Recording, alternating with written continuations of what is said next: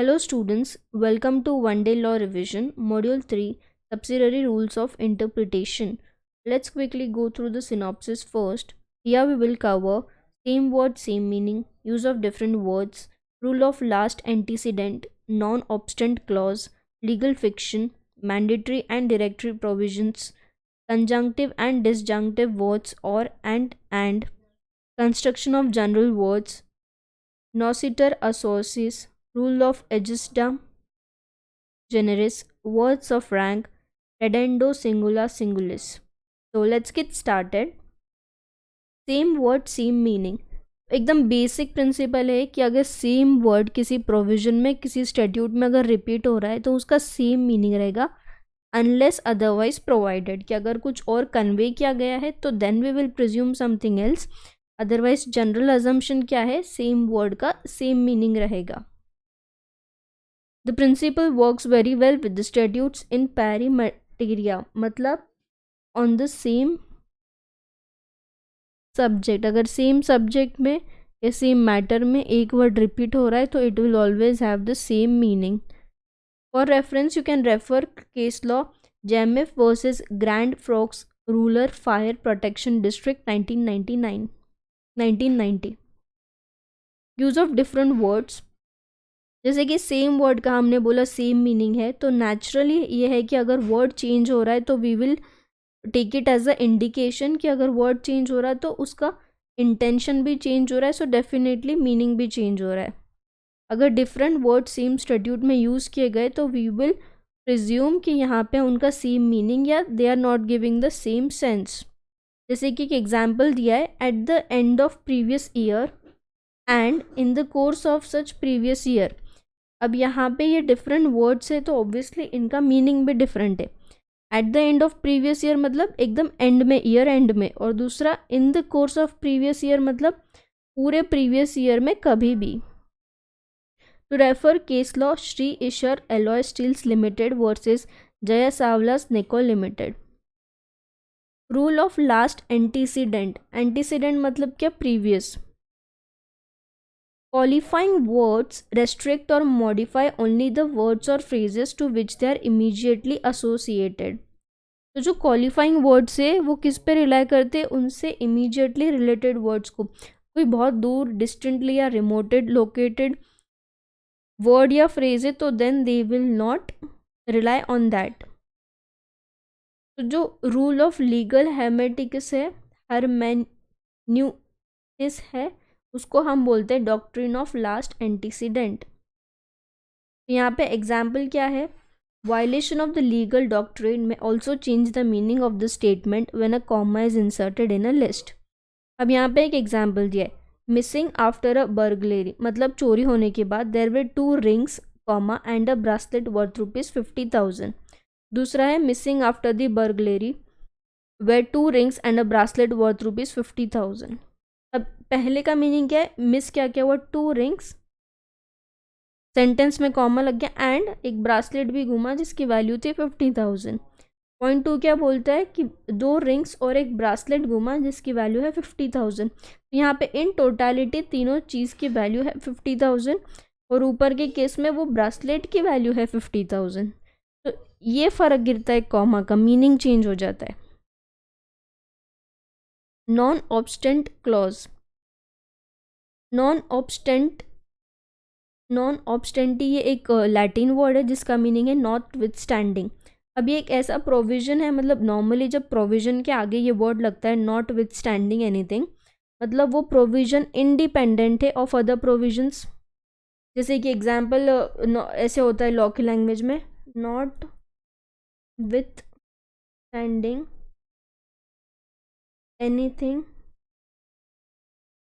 Contained in this act, मतलब इस act की सारी चीज़ों को छोड़ के. Not with standing anything content in the act मतलब ये प्रोविजन जो अब हम जिसकी बात कर रहे हैं आगे वो इंडिपेंडेंट ऑफ अदर प्रोविजंस, या it could be notwithstanding anything content in previous section, तो वो सेक्शन की बात छोड़ के. तो it is a independent clause.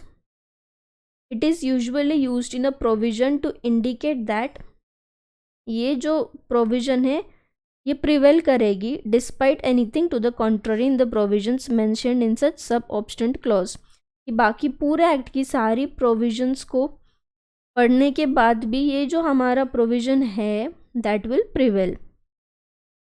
In case there is any inconsistency or a departure between the non-obstant clause and another provision, one of the object of such a clause is to indicate that it is the non-obstant clause which would prevail over the other clause. Obviously ये clause prevail करेगा, क्यों? क्योंकि ये independent है और ये clause बोल रहा है कि बाकी सारे clauses की बातों को साइड में रखते हुए तुमको ये फॉलो करना है अगर ये सिचुएशन आता है तो. So this clause will prevail always. Legal fiction. Legal fiction is a fact assumed or created by court which is then used in order to help reach a decision or to apply a legal rule. Legal fiction क्या है? एक fact है जो assume किया गया है या create किया गया है by the court, जो help करता है in reaching a decision or to apply a legal rule. Concept is used almost exclusively in common law jurisdictions.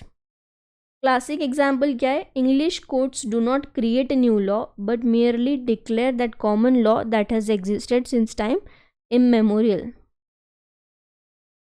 An assumption that something occurred or someone or something exists which in fact is not the case but that is made in the law to enable a court to equitably resolve a matter before it. मतलब एक new law नहीं create करना है, जो पुराना law है उसी को हम immemorial मानेंगे and then this is the English law. In order to do the justice, the law will permit or create a legal fiction. अब legal fiction के कुछ limitations है. Those are, it should not be employed to defeat law or result in illegality. It has been always stressed that legal fiction should not be employed where it would result in the violation of an illegal rule or immoral injunction. मतलब legal fiction कहाँ apply नहीं होगा? जहाँ पे कोई law का violation हो रहा है. It should operate for the purpose for which it was created. और इसका मेन पर्पस क्या है? Helping the court in reaching a decision और अप्लाइंग अ लीगल रूल. और अगर इसके वजह से कोई लॉ वायलेट हो रहा है then we will not use legal fiction. There can not be fiction upon a fiction. It should not be extended so far to lead to unjust results. मतलब इसका ओवर यूज भी नहीं करना है कि जिसकी वजह से अनजस्ट रिजल्ट्स हो. तो the only purpose is to help the court in reaching a decision और to apply a legal rule. But अगर ऑलरेडी रूल अप्लाइड है या क्लियर अंडरस्टैंडिंग है then we will not use legal friction. Mandatory and directive provisions. Mandatory provision क्या बोलेगी कि you have to obey it और you have to fulfil it as it is. But directive principle क्या है? It is on us. It is directive. It depends on us whether you want to obey or fulfill it or not. अगर substantially half fulfilled है तो भी चलेगा. अगर mandatory provisions का non compliance है तो then it results in nullification of the act. But again यहाँ पे एक exception है. अगर non compliance is resulting into public interest तो then it is okay. तो then we can waive the mandatory provision. तो कोई ज़रूरत नहीं है फॉलो करने की. Whereas breach of directive provision does not entail any invalidity. Consequences of non-compliance. अगर मैंडेटरी प्रोविजन कंप्लाई नहीं की गई तो it will result into नलिफिकेशन of the act. For example limitation act में एक पीरियड दिया गया है for bringing a legal proceeding. तो वो पीरियड मैंडेटरी है और अगर नॉन कंप्लाई किया तो it will lead to dismissal of the legal proceeding. और अगर वही डायरेक्टिव प्रोविजन है तो it will not result in any cause of action और ग्राउंड ऑफ चैलेंज. उसका अगर नॉन कंप्लायंस है तो फिर वहाँ पे ग्राउंड ऑफ चैलेंज का स्कोप ही नहीं है क्योंकि it is a directive principle. एक डायरेक्शन दिया, you need not compulsorily follow it. Conjunctive and disjunctive words और अभी एंड जो वर्ड है वो क्या करता है? दो चीज़ों को जॉइंट करता है. और मतलब क्या? या तो ये या तो वो. तो और का मीनिंग एंड नहीं हो सकता, एंड का मीनिंग और नहीं हो सकता. एवरी सिंगल आइटम एग्जाम्पल दिया है on the list must be proved for someone to be found guilty of that crime. अगर हर आइटम को तुमको प्रूव करना है to be to prove that a person is guilty of crime, तो then it is conjunctive, कि हर चीज़ों में एंड है, ये भी हुआ, ये भी हुआ, ये भी हुआ, ये भी हुआ, ऐसे सब हुआ, तो then the person is guilty of that crime, तो ये हो गया कंजंक्टिव। और डिसजंक्टिव में क्या होगा कि ये या ये या ये क्राइम हुआ, तो that person is guilty of crime, this is disjunctive statute. Construction of general words, अब ये पार्ट को 5 चीज़ों में डिवाइड किया जाता है। So let's see all the 5 in detail. तो फर्स्ट है जनरलिया वर्बा संट जनरलिटा इंटेलिजेंडा। इसका मीनिंग है the words, the general words are to be understood generally. अगर कुछ अलग से नहीं दिया गया है तो we will use it in a general way, in a general manner. General words of common use have received variable construction according to the context in which they are placed. Example हो गए कुछ general words के, जैसे कि business, family, person, तो ये words को हम जनरली इनका जो मीनिंग है वही समझ के यूज करेंगे या समझेंगे। नॉसी टू अ सोसिस, ये एक लैटिन फ्रेज है जिसका मीनिंग है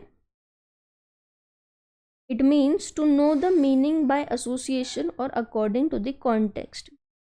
अगर कोई डाउटफुल वर्ड है तो its meaning may be ascertained by reference to the meaning of the words associated with it. तो उसके जो रिलेटेड वर्ड्स है या उसके आजू बाजू के जो वर्ड्स है उससे वो वर्ड का हम मीनिंग समझेंगे। पर अगर वो वर्ड का जो मीनिंग है या वो वर्ड का जो मीनिंग हम अज्यूम कर रहे हैं, वो अज्यूम करने के बाद जो प्रोविज़न का मीनिंग निकल रहा है वो क्लियर नहीं है या अनएम्बिगुअस है, तो फिर यहाँ पे उस रूल का एप्लीकेशन नहीं किया जाएगा। We will not assume the meaning. फिर है एजिस्डेम जेनरिस, इसका मीनिंग है ऑफ सेम क्लास और काइंड और nature. This rule is also known as Lord Tenterden's rule. यह रूल क्या बोलता है? Where words of specific meaning are followed by general words, the general words will be construed as being limited to persons or things of the same general kind as those mentioned by the specific words. तो यहाँ पे ये rule क्या कर रहा है, एक conflict है जनरल और स्पेसिफिक वर्ड, उसको रिजॉल्व करने की कोशिश कर रहा है।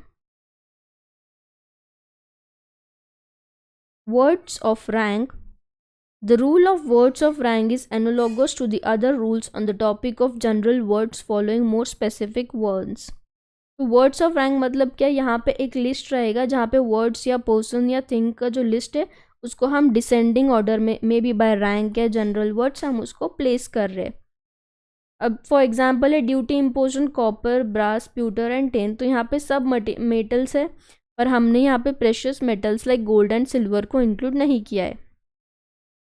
अब अगर एक स्टैट्यूट है जहाँ पे पनिश किया जा रहा है किसको, जहाँ पे अगर क्रूएलिटी हो रही है तो any horse, mare, ass, ox, cow, sheep held not to be include bull. अब इसका मतलब ये नहीं कि बुल हॉर्स से भी सुपीरियर है, बट यहाँ पे बुल ये सभी से सुपीरियर है। क्यों? क्योंकि ये जो वर्ड ऑफ रैंक है डिसेंडिंग ऑर्डर में। फॉर एग्जाम्पल अगर ये 4 है तो ये 3 है, ये 2 है तो ये 1 है। तो यहाँ पे अगर bull is 5, तो 5 is not only superior to 4 but it is superior to all the animals mentioned in that part of the provision. Redendo singula singulis, where there are several antecedents and consequents in a sentence, this rule says that each word or phrase is to be linked where it belongs. तो सारे words या phrase को एक ही जगह पे जहाँ उनका belongingness है वहाँ उनको हम इंटरप्रीट करेंगे। Example, a devise, I devise all my real and personal property to A. Second, if any one shall draw or load any sword or gun, तो यहाँ पे आई सबसे रिलेटेड है, इफ एनी वन अगेन सबसे related है। तो it says that if the high sounding phrase were put in a simple terms, it only means that word should be read distributively in the sense produced by using English word respectively, never necessary or as applicable. So this was module 3,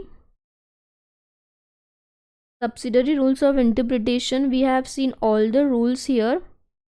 I hope you understood. Thank you for watching.